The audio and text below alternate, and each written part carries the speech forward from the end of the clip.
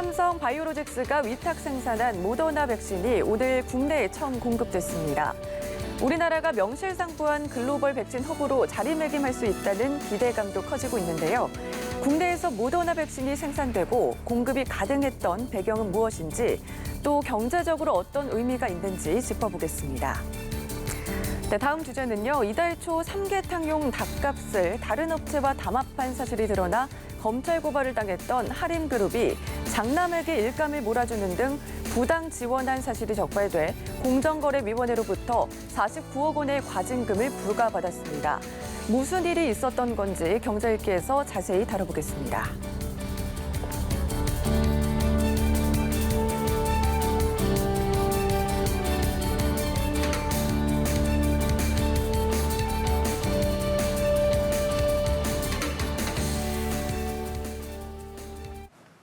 네, 김대호 경제일기, 오늘도 김대호 박사와 함께하겠습니다. 어서 오십시오, 박사님. 네, 어서 오세요. 네, 반갑습니다. 예, 삼성 바이오로직스와 모더나가 계약서에 사인을 하고 생산하고 그리고 공급이 될 때까지 5개월밖에 안 걸렸습니다. 속도가 좀 빠른 것 같아요. 그렇습니다. 초고속이라고 할 수 있죠. 제약, 있던 위탁 계약 협약상에 이렇게 빠른 속도로 새로 개발된 제품을 이렇게 대량 생산하는 것은 초유의 일로 보여지는데요.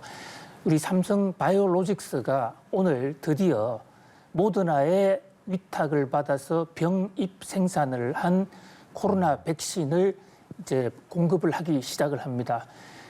이제 이 분량은 일단 우리나라의 그 코로나 2차 접종이라든지 부스트샷 이런 쪽으로 활용이 될 것으로 지금 기대가 되는데요. 네. 초기에 우리가 백신이 없어서 애로를 많이 겪었던 데에 비하면 검색지감이 있고요. 다소 늦긴 했지만 그러나 상당히 빠른 속도로 이룬 쾌거다 이렇게 볼 수가 있습니다. 비록 이 백신이 우리나라 거는 아니고 모더나에서 원액을 가져와서 병에 집어넣는 것이라고는 하지만 그래도 우리가 생산을 일단 담당하기 때문에 예. 안정적으로 그 수급을 어느 정도는 보장받을 수 있다. 그런 면에서 상당히 획기적인 전기가 된다고 할 수 있겠습니다. 네, mRNA 방식의 백신의 국내 생산이 이번이 처음이라서 의미가 더 큰 것 같은데요. 백신 수급이 원활해지는 게 방역 그리고 또 우리 경제에도 긍정적인 영향을 미치지 않을까요? 그렇습니다. 지금 mRNA 방식은 세계에서 이번에 모더나하고 화이자가 처음 개발하지 않았습니까? 원래 백신이라는 게 이 바이러스를 이 약에다가 집어넣어서 주사를 놔서 안에 항체를 길러내는 이런 방식인데 이번에는 아예 유전자를 집어넣는 아주 과학적인 방식입니다. 아무튼 이 백신의 효능도 기존의 다른 방식보다도 mRNA 방식이 훨씬 더 뛰어나다 이러는데 이런 이제 백신이 나옴으로 인해서 적어도 국내에서는 백신이 부족해서 방역의 속도가 늦어지는 이런 애로는 상당히 막을 수가 있게 됐어요. 일각에서는 이제 그 위드 코로나로 가는 상황에 백신 접종이 사실상 다 끝나가는데 이제 와서 개발을 한 것이 무슨 소용이 있냐 이런 지적도 하고 있습니다만은 결코 끝난 것이 아닙니다. 지금 코로나는 완전히 종식되지 않았고요. WHO 세계보건기구 같은 데 가면 내년에 가도 계속 해마다 한두 번 이상은 맞아야 될 것이다라는 이런 과학자들의 전망이 나오고 있거든요. 네. 그렇다면 내년 이후에 우리나라는 다른 어떤 나라보다도 이 코로나 백신 속도를 높일 수가 있다는 이런 점에서 일단 긍정적이고요. 그보다도 또 하나는 우리가 생산한 이 코로나 백신이 전 세계로 나가게 됩니다. 그런 면에서 우리나라 제약 바이오의 힘을 다시 한번 보여주는 것이고요. 자, 특히 지금 그래픽을 한번 보시면요. 예. 방금 말씀드린 삼성 바이오로직스의 모더나 이외에도 우리 SK 바이오로직스가 지금 아스트라제네카를 위탁 생산하고 있죠. 저거는 아예 제조 원액까지도 한국에서 제조합니다. 네. 또 노바백스 역시 SK에서 하고 있고요. 그다음 소프트니크라고 해서 러시아에서 만든 백신. 그래서 전 세계 백신 4종류가 한국에서 생산이 되는데 우리나라의 생산 시설 등을 감안할 때 조만간 적어도 백신 생산 양에 있어서는 우리나라가 세계에서 가장 많이 공급을 할 수 있을 것으로 보입니다. 그야말로 우리가 백신 허브로서 어떤 발돋움을 할 수 있는 계기를 마련했다 이렇게 볼 수도 있겠습니다. 네, 우리나라 미래 먹거리 산업 중 하나가 바이오인 만큼 성과가 눈에 보이는 것 같아서 고무적인 소식 먼저 짚어봤고요. 다음 주제로 넘어가겠습니다. 하림그룹의 계열사들이 요즘에 공정위발 뉴스에 많이 등장을 합니다. 올품, 이게 이제 하림그룹의 총수 아들의 회사인데 여기를 이제 계열사들이 부당 지원했다라는 사실이 공정위에 적발이 됐고 과징금이 얼마냐면 49억 이렇게 선고가 됐어요. 이 소식 알아볼까요? 지금 하림그룹 하면 통닭집에서 또는 뭐 시중에서 이 닭을 사고 파는 과정에서 국민들에게 널리 알려진 닭 만드는 닭 키우는 회사입니다. 닭만 키우는 것이 아니라 사료도 만들고 식품도 유통하고 제조하고 심지어 펜오션이라는 해운회사까지 가지고 있는 회사인데요. 원래 조그마한 병아리 10마리로 시작한 아주 자그마한 기업이었습니다. 그런데 지금은 이 재벌 기업이 됐지 않습니까? 이제 그러다 보니까 재벌 기업의 잣대로 놓고 볼 때 도처에서 문제가 생겨서 지난번에는 이른바 가격 담합 문제가 이제 지적이 돼서 검찰에 지금 송치가 돼 있는 상태인데요. 이번에는 또 이 통행세를 통해서 회사 돈을 자식에게 빼줬다. 이른바 이게 이제 사익 편취 또는 일감 몰아주기라고 그러는데요. 하림이라는 회사는 닭을 키우는 회사예요. 저 하림은 여름 하자에 숲을 임자인데 여름에 열심히 일하다가 숲에 들어가면 시원해진다. 그런 뜻으로 그런 어떤 국민들에게 시원한 감을 주기 위해서 회사 이름을 하림으로 정했다고 그래요. 그런데 하림을 움직이는 그 지주 회사가 올품입니다. 올품이란 뜻은 올바른 품질의 닭을 만들겠다. 그런데 이제 적어도 공정거래위원회 지적에 따르면 품질은 올품을 만드는지 모르겠습니다만 경영은 올바르게 하지 않아서 올경은 되지 못했다라고 이렇게 볼 수가 있어요. 그러니까 지금 그림에서 보시는 대로 아버지 김헌국 씨, 병아리 박사 이 김헌국 씨가 아들 김준영 씨에게 올품이라는 회사 지분을 100% 다 넘깁니다. 그런데 넘길 당시에는 회사 자산 가치가 아주 미미했거든요. 그러니까 정회사가 별로 안 됐어요. 넘긴 다음에 저 올품을 마구 키우는 겁니다. 본인이 도와줘서 키우면 괜찮은데 다른 회사, 그러니까 하림 같은 회사 또는 계열사에서 올품 회사 쪽으로 마구 몰아주기를 하거든요. 모든 계열사가 올품 회사 물건만 쓰고 또 지금 그래픽에서 나오시는 볼 수 있으신 대로 지금 올품의 그 관련 회사가 그러니까 하림의 관련 회사가 올품으로부터 물건을 사오는데 최고 19배로 비싼 돈으로 사오는 거예요. 아이고. 그렇게 되면 하림 쪽의 회사는 거덜이 날 수도 있지 않습니까? 바로 그런 면에서 횡령 배임의 혐의가 있는데 어쨌든 올품을 도와주기 위해서 또 올품이 판 물건에 대해서는 거기에 대해서 리베이트 형식으로 지금 물건을 사왔다가 그 돈을 다시 리베이트로 주는 이런 방식. 그동안에 우리나라 일부 재벌 그룹들이 자녀들에게 편법 정여를 할 때 쓰던 아주 나쁜 방법인데요. 닭을 키워서 국민 건강에 정진했고 국민 이미지도 참 좋은 이 하림에서도 이런 사건이 있었다. 이게 이제 공정거래위원회의 지적이고 여기 48억 원이라는 그 과태료를 때렸습니다. 이 하림에서는 우리는 억울하다 해서 법적 절차를 밟아서 해명하겠다라고 하지만 어쨌든 공정거래위원회는 정부기관에 의해서 이런 안타까운 판정이 났습니다. 앞으로 이 하림의 이 이미지, 이 문제, 앞으로 하림의 이세 경영 등을 미래 비전을 실천하는 데 있어서 이러한 문제를 반드시 짚고 넘어가지 않으면 회사의 미래도 상당히 흐릴 수 있다. 이런 지적이 나옵니다. 네, 일감 몰아주기에 뭐 고가 매입, 뭐 주식의 저가 매각 얘기도 있고요. 지원 금액이 굉장히 큰데 과징금이 49억이거든요. 이를 두고는 다소 적다. 그런 반응도 나오고 있는데 공정거래위원회 반응은 어떻습니까? 예, 아주 예리하게 보셨는데요. 현재 지금 확인된 부당 이득만 100억 원이고요. 그러지 않은 것도 금액이 많습니다. 물론 공정거래위원회 주장이 있긴 하지만요.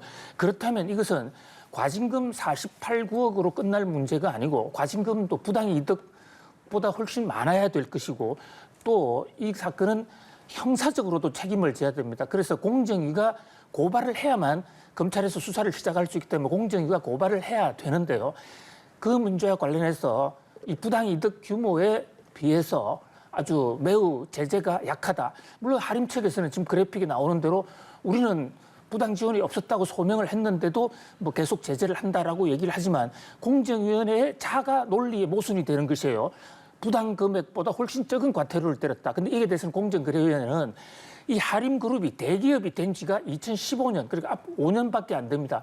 그런데 부당 이득을 주고 일감 몰아주기 한 것에 전 그 이전에 대기업이 되기 전인데 현재 공정거래법에는 대기업이 된 이후부터 부당 이득, 일감 몰아주기를 집중 처벌하고 있거든요.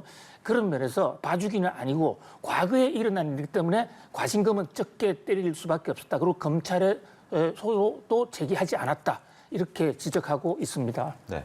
그러면 공정위가 하림 측의 뭐 이의 제기라고 할까요? 그러니까 소명을 지금 했다는 입장인 거잖아요. 이걸 받아들여줄 가능성 지금 거의 없는 거죠?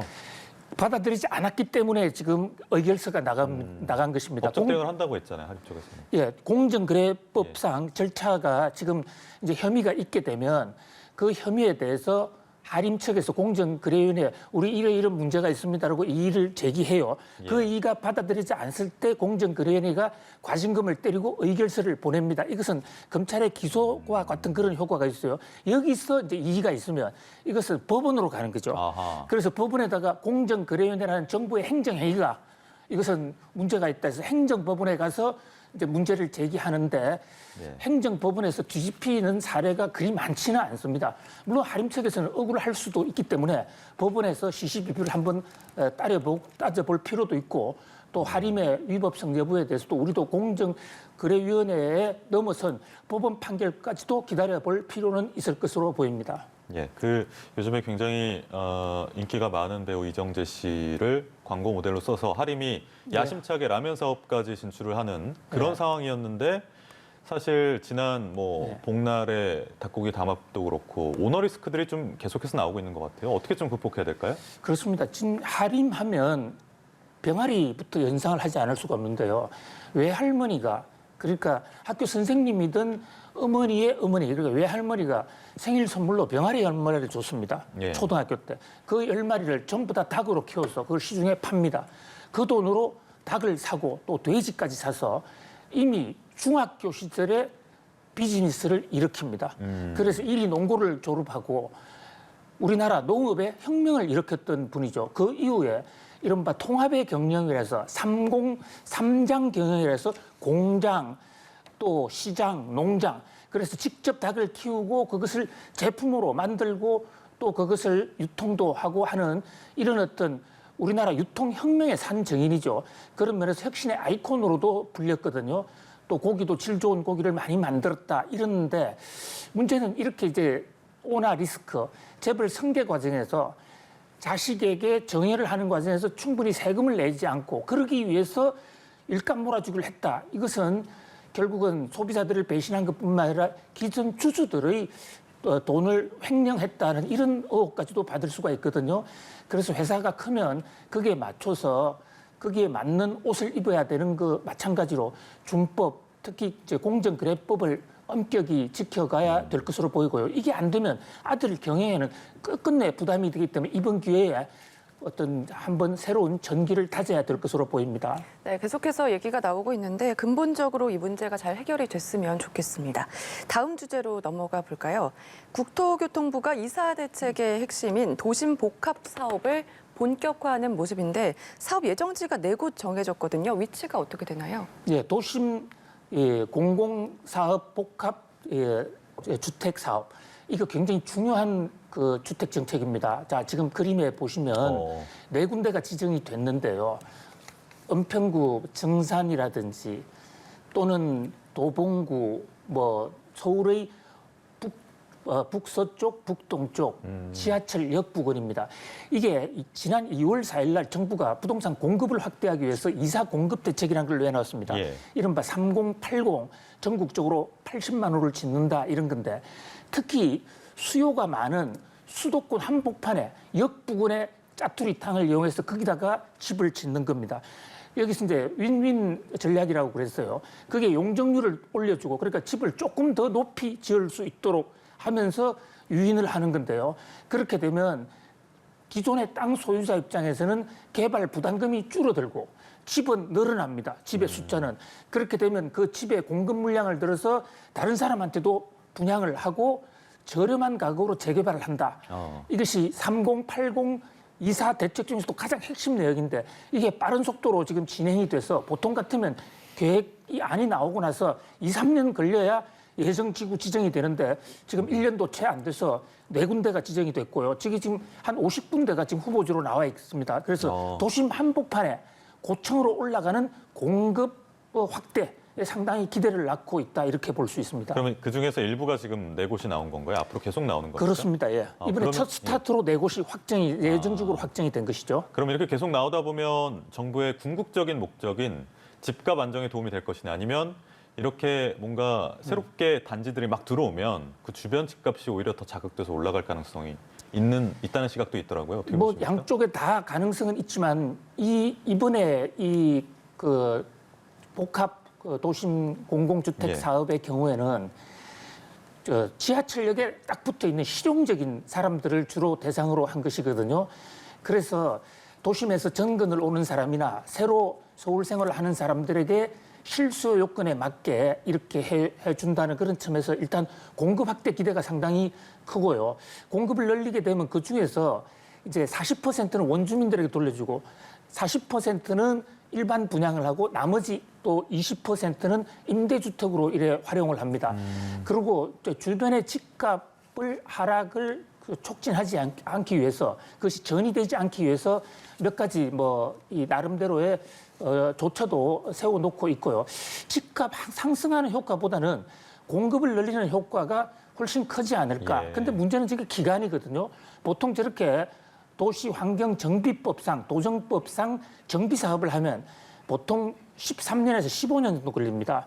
근데 저것은 정부의 각종 규제를 다 완화해주고 도시주택공사 LH가 대신 들어가면서 저걸 2년 반으로 앞당깁니다.